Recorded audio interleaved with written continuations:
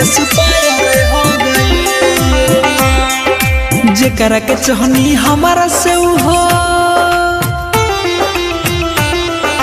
जेकरा के चाहनी हमारा से हो फायर हो गई। कैसे जी बोला ओकरा बिन यारवा हमारे प्यार एक्सपायर हो गई। कैसे जी बोला ओकरा बिन यारवा हमारे प्यार एक्सपायर हो गई।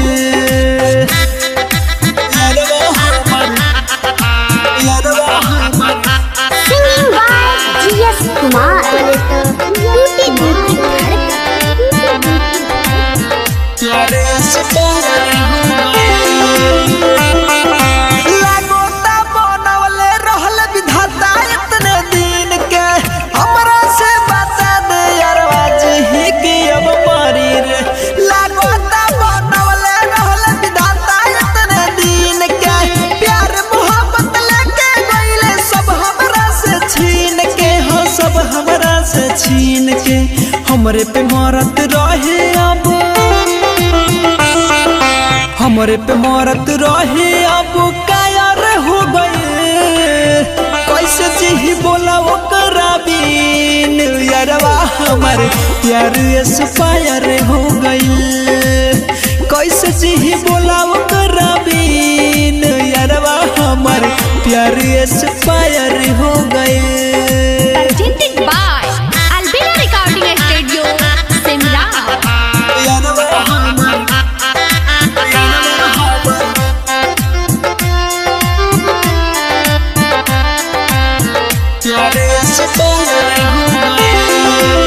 दिलवा में दर्द बढ़े हमरा केकरा से बताई, हमरा से बता दे यारवा जी के अब मरी रे।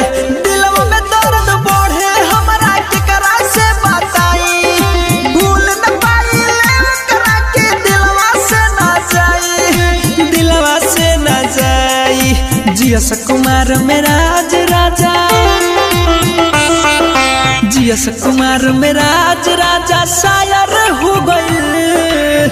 कैसे जी बोला ओकरा बिन यारवा हमारे प्यार एक्सपायर हो गई। कैसे जी बोला ओकरा बिन यारवा हमारे प्यार एक्सपायर हो गई।